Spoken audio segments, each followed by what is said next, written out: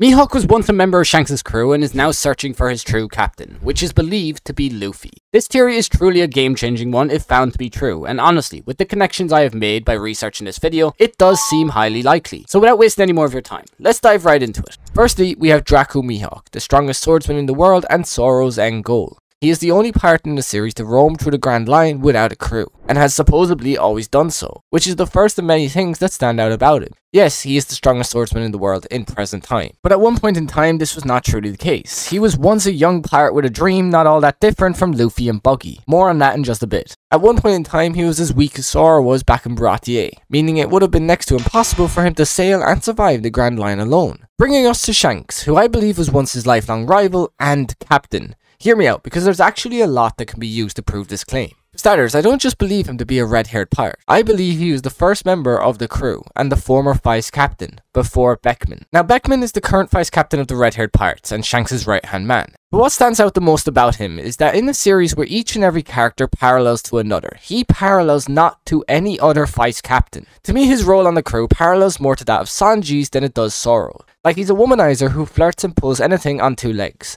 at least in the anime and manga. In the live action, he's something else entirely. He's also one of the only vice captains in the series to wield a gun, which once again parallels Sanji, who was once drawn as a gunslinger in the One Piece concept art. And of course, let's not forget that one panel where Sanji pulled a gun on Robin only to never pull it out again in the entire series. But if that's not enough, let's also take a look at the other vice captains of the series. First we have Silvers Rayleigh, the former vice captain to the King of the Pirates. He was a swordsman who's always seen sailing the seas with a flask of rum in hand. Next we have everyone's favourite, Zoro of the Straw Hats. He's a swordsman with a bad attitude and a proclivity to drinking alcohol. But then we also have King from the Beast Pirates, who was a swordsman and you guessed it, likes alcohol. You starting to see where I'm going with this? Beckman is to Shanks what Sanji is to Luffy. He may be the wings on his back holding him up, but he ain't his right-hand man used to attack. That person would have been the most powerful swordsman in the series, who has likely been seen many times drinking only the finest of wines. Any guesses who I'm alluding to? Of course, it's Mihawk. Mihawk was once the vice captain to Shanks, before a potential betrayal. You see, for a while many have wondered why Shanks' crew follow him in the first place. What are they after and what are their goals and desires? Or do they have any? Is Shanks just so cool and fun to be around that they stay with him no matter what, even knowing he will never claim the One Piece for himself? Well, I believe this is where young Mihawk made the realization that his captain, the man he thought would claim not only the One Piece but also the pirating world for himself, was actually not so ambitious. I believe Mihawk went out to sea in search for the one whose ambition and power had no limit, for he would be the man who he could truly follow. In the beginning this was likely Roger, but after finding a once great pirate king allowing himself to be executed, he realized it was not him.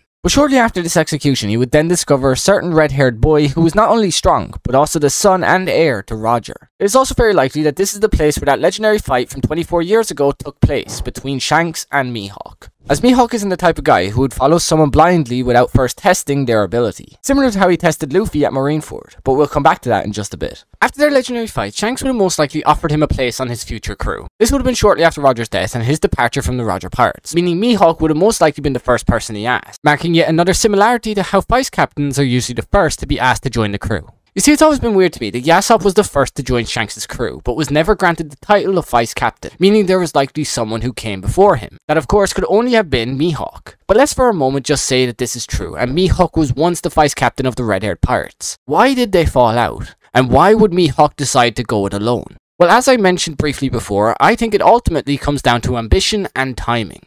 Mihawk is a man whose ambition led him to become the greatest swordsman to ever live. He allowed Zoro to live just because he's seen a man who'd rather die than lose his goal. He laughed when Zoro was willing to give up on his dream just to be trained by him. But at a second look, you can see that he realized that this is the desire to protect someone over one's ambition. Something he most likely had the choice to do with Shanks, but chose to go the way of his own desires, marking yet another level of intrigue around this certain Straw Hat pirate. You see, at this point, Mihawk is faced with some seamless weakling pirate who couldn't even use hockey, but had something about him where everyone he meets is willing to die for him. Be it Shanks giving up his strong arm to save him, or Whitebeard ordering everyone to protect him during Marineford, and now even Zoro giving up his pride and ambition just to become strong enough to protect his captain. Mihawk at this point must be saying to himself, who the hell is this kid and why is everyone willing to die for him? Is he the one that I was once seeking? Okay, let's take a breath. If you stayed with me this far, then you are a real one. But this is where we really get crazy and start to push towards my own desires for the future of One Piece. So Shanks' reason for guiding Luffy is a fairly simple one and is actually highlighted in chapter 506, where Rayleigh tells Luffy that Shanks spoke of him having the same same dream as Roger. A dream that was later brought up by Luffy himself in chapter 1060. A dream so crazy it shocked his whole crew. Luffy said that his words made Shanks cry,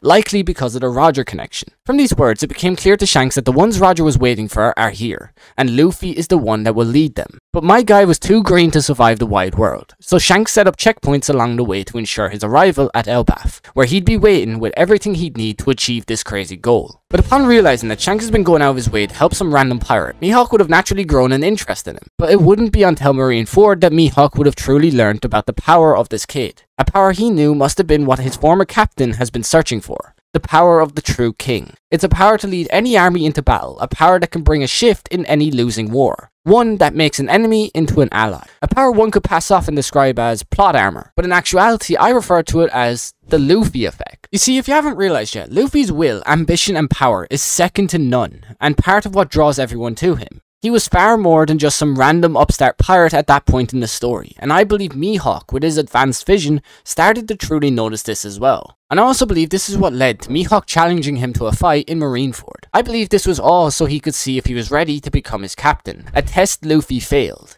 He was not strong enough at that time, but he is now. So let's end off this video with my craziest theory. It's one I've actually made a short on before and received a lot of backlash over, but it's one I still stand by and one I very much hope comes to pass. It's the Mihawk vs Zoro reverse Davy back fight. You see, I believe Mihawk will confront Luffy again in the future and will set forth a new test. This test will connect us back to an arc we all believed to be filler but actually wasn't. The Long Ring Long Land arc, where we met Foxy and saw the first Davy back fight system at work. I believe this time around Mihawk will be the one to challenge Zoro, only not for some title, but for a seat beside the captain of the Straw Hat Pirates. Mihawk will challenge him to a sort of reverse Davy back fight, where the winner gets to become the vice captain of the Straw Hats and the loser dies. This is where many were quick to say in the comments that Luffy wouldn't let Zoro do it, or that Luffy would never choose Mihawk over Zoro no matter what. But you see, it isn't a challenge for Luffy. It's one sent to Zoro himself, and it's one Zoro could never pass up, for it's a challenge to him from his greatest rival, and the only man to have ever beaten him, technically. Zoro would accept this challenge, and as we've seen many times before, Luffy wouldn't dare stop him, for this is his dream. Luffy would never stop someone from going after their dream, even if the result meant his death. What do you all think about these crazy thoughts of mine? Do you believe Mihawk was once a red-haired pirate? And do you agree that a reverse Davy back fight between Zoro and Mihawk would be the coolest ending to the most anticipated fight in all of One Piece? Tell me all that down below, and with that, that's going to do it for me in this video. I hope you have a great rest of your day, and peace.